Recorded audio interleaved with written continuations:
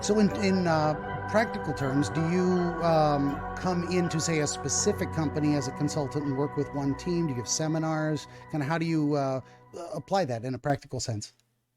I have a few different ways I'm doing it. Again, I follow intuition and I really follow where energy is taking me. So I have a workshop that I've brought into companies and into organizations that I like to put together. So for these types of things, I love using the team dynamics cycle, and then also the DISC personality, behavioral types, because I feel like DISC is very intuitive. So even if you don't take the assessment, I can give a workshop and describe the 4 quadrants, and then everyone can break themselves out into the quadrants and then see, oh, this is maybe why I'm having trouble. For those of us who are the D dominants, listening to other people, right? Because we start to notice.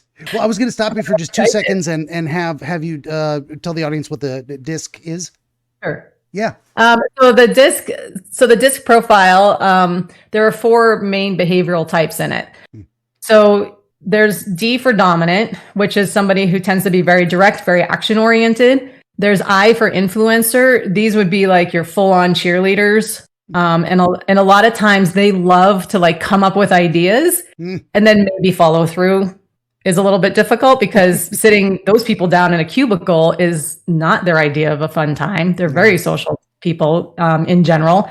And then you have the S's, which is steadiness or supportive. And these people tend to be like they're very much team players. And so they really love to be part of a team. They love to do their part and they love to like help the team move forward. But sometimes you're not necessarily going to see like somebody like that stepping up to lead, because they like to kind of hang out in the background.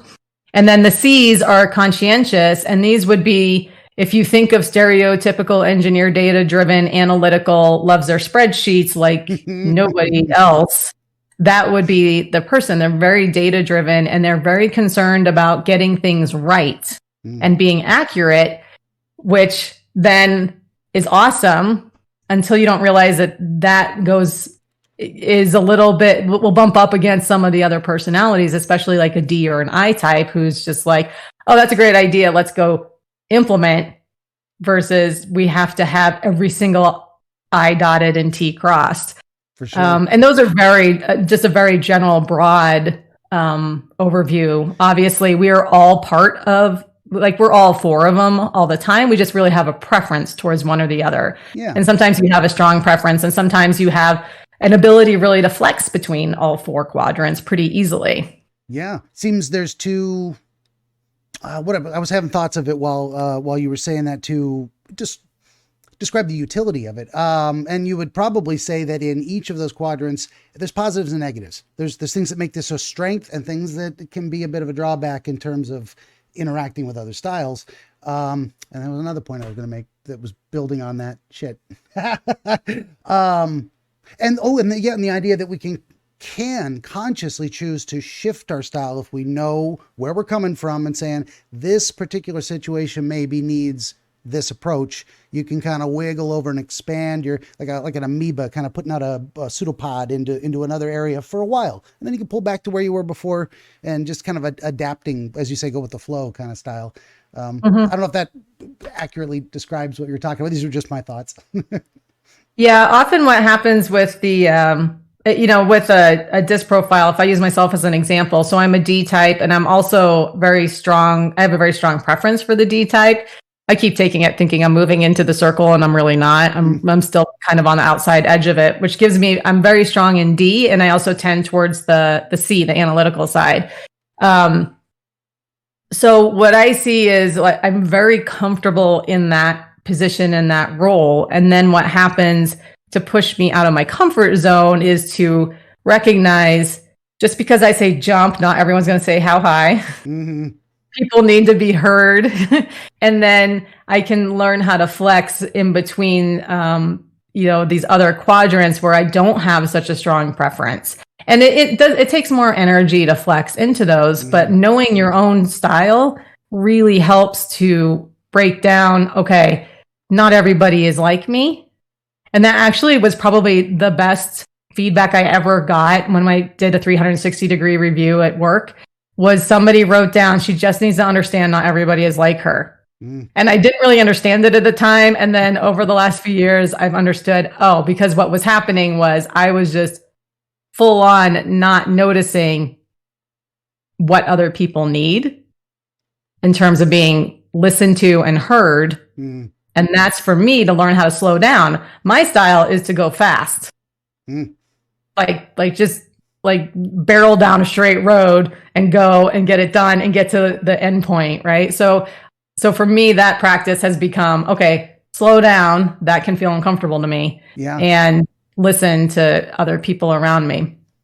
And so that's I like to think of it more as what takes more energy versus where you're comfortable. Because then nothing's bad or wrong in it. It's just learning how to work with what your style is. For sure. And as you say, you've done things where you have people sort themselves into these categories, and probably I'd probably lean heavily into the conscientious side of things. I'm like, being a book editor and whatnot, literally every I dotted and T crossed, and typos are horribly embarrassing. And I will take 3 months working on one book and I will read it to myself 7 times because I keep finding things until I make a complete read through and there are no typos. It's not ready to be published. So probably other persons of that type, we are going to get along great and communicate with you because they get where I'm coming from. They know exactly what my goal is and why it takes me forever to do these things and why I'm so meticulous about it. And probably it's very easy in these categories as well to say, especially in my, that C category of I get that not everybody is like me, but they should be, because my way is the best way.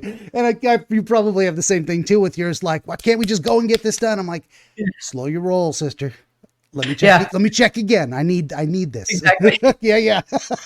No, and just being aware of that is that I think the awareness of these kind of things, the understanding of ourselves and others, is what decreases a lot of conflict. We're not butting heads to control each other. We have these different styles where it's this is what I think is right and good. I'm trying to do it the right way as best as I can conceive it. And it just works differently for different people.